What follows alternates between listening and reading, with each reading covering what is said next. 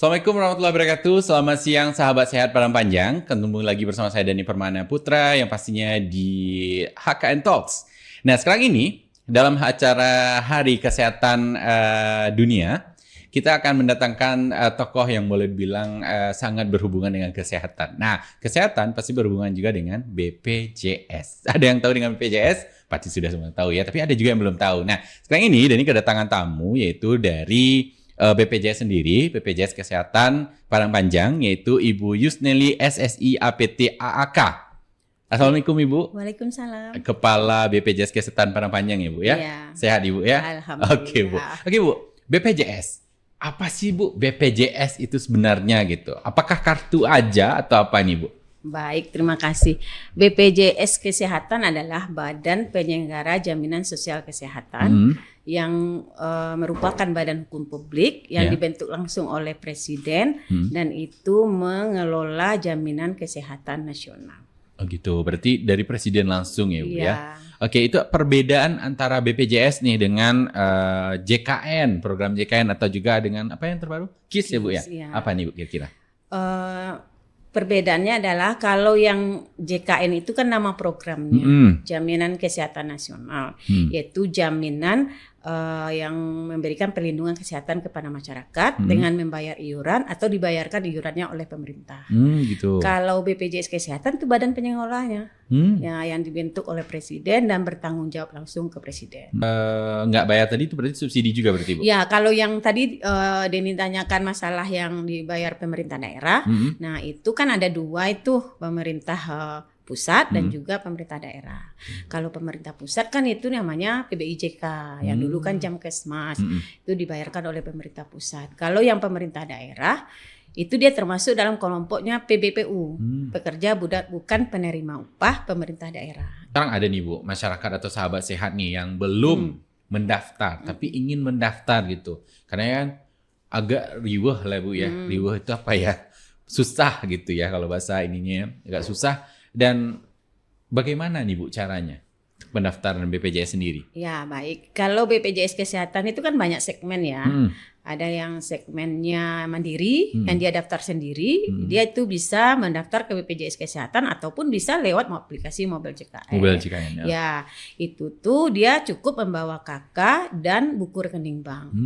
Dia pilih kelas berapa dia yang mau dia ikutin, kelas 1, kelas 2 atau kelas 3. Tapi kalau yang namanya didaftarkan oleh pemerintah seperti yang PBPU pemerintah itu didaftarkan sama Pemda ke BPJS Kesehatan. Ini nanti ada lagi juga persyaratannya. Itu daftarnya satu keluarga Bu atau boleh satu orang aja? Oh, kalau mandiri harus satu keluarga. Harus satu keluarga ya Bu ya. Wajib satu keluarga. Betul. Bagaimana prosedur pendaftarannya gitu loh Bu dengan peserta JKMPP dan JKSS. Nah, kita harus apa dulu ya, JKSS JKMPP itu yang bayar iuran adalah pemerintah. Ya.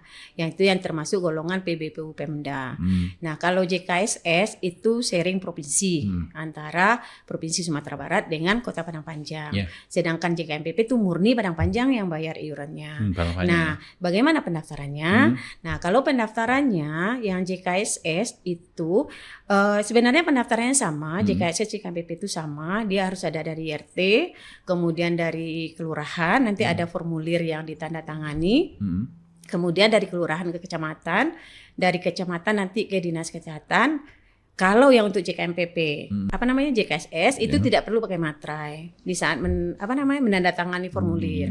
Tapi kalau JKMPP perlu pakai materai. Itu ada syarat khususnya nggak sih Bu untuk mendapatkan itu Bu? Oh enggak, kalau syarat khususnya itu kalau JKSS yang itu cuman dia kalau dalam keluarga itu gaji penghasilan itu di bawah UMP.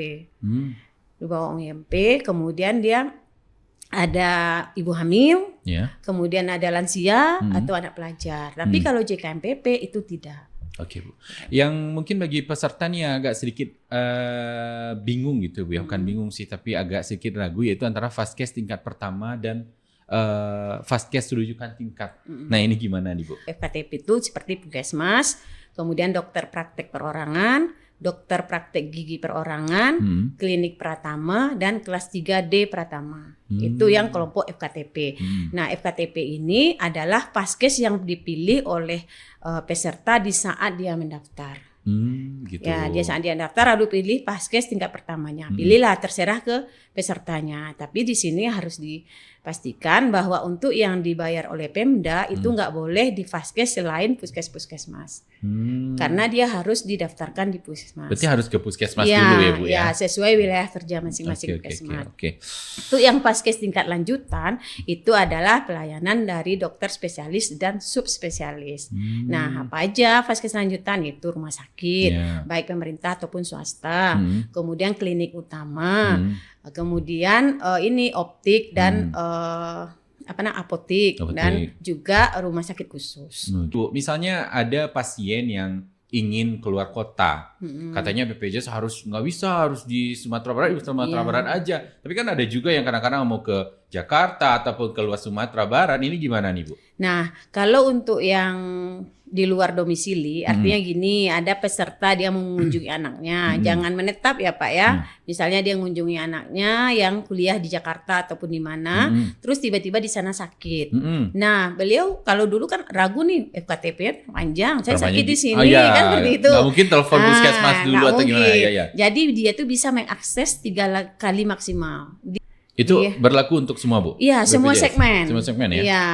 Berarti 3 kali ya Bu ya? 3 kali maksimal. Nah, sekarang Bu mungkin nggak tahu juga nih, masyarakat nggak tahu juga, BPJS semuanya dapat. Ada yang nggak dapat sih Bu dari BPJS, apa aja nih Bu kira-kira Bu? Oh, yang tidak dijamin gitu ya. BPJS. Jamin JKN itu ada yang pertama tidak sesuai prosedur. Misalnya pasien ini pergi ke puskesmas langsung minta rujukan. Itu atas permintaan sendiri tanpa didiagnosa dulu oleh dokter.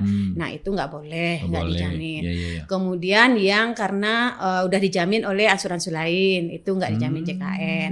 Kemudian karena kecelakaan kerja itu nggak dijamin, yang jamin adalah BPJS TK. Kalau yang kecelakaan kerja. Kemudian untuk yang kecelakaan lalu lintas. Nah, kecelakaan lalu lintas ini juga harus dibedakan. Dia tuh kan ada 2 nih kecelakaan lalu lintas, tunggal dan ganda.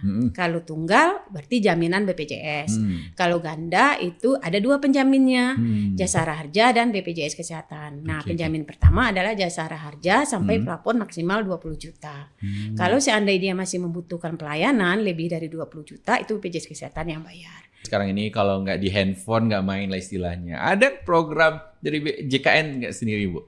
Yang pakai mobil JKN. Mobil JKN namanya Bu. Apa sebenarnya mobil JKN? Mobil JKN ini sebenarnya kan dia udah lama ya, yaitu segala aktivitas yang berhubungan dengan JKN itu bisa diakses di mobil JKN. Baik itu mau pendaftaran, kemudian mau melihat riwayat kesehatannya gitu kan, seperti screening ya, itu bisa lewat mobil JKN. Ataupun pindah Paskes bisa lewat mobil JKN, nggak perlu ke kantor BPJS Kesehatan. Nah, sekarang kan ada nih, kita di rumah sakit kita menyarankan kalau dia berobat itu diupayakan ambil antrian lewat aplikasi mobil JKN. Oh, udah bisa Bu ya? Ya, bisa. Oh, gitu.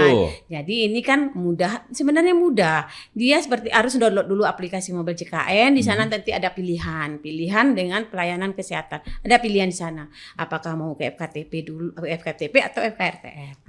Kalau ke FKTP dia cukup milih poli, kemudian ada di situ dokter yang dituju. Muncullah dia nomor antrian berapa. Kalau dia ke rumah sakit, kalau dia udah dapat rujukan dari FKTP. Gitu. Atau dia mau kontrol ulang, itu bisa. Itu maksimal harinya Bu? Dia maksimal di 30 hari ya, 30 hari. Gitu. 30 hari. Berarti 30 hari mau berobat udah bisa mendaftar gitu. Juga itu bisa mendaftar rehab. Rehab itu kan rencana pembayaran bertahap jika ada peserta yang menunggak. Nah, ini kan ada nih peserta kita yang menunggaknya udah lebih dari 2 tahun, kemudian nggak sanggup bayar, dia beralih lah ke JKSS atau JKMPP.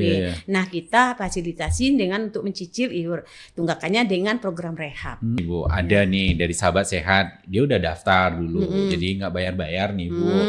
Nyata butuh lagi, perlu lagi di JKN ini. Gimana caranya Bu?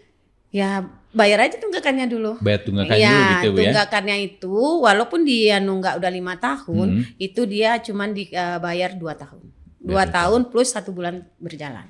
Terima kasih banyak Ibu ya sudah datang ke podcast kita di HKN Talks.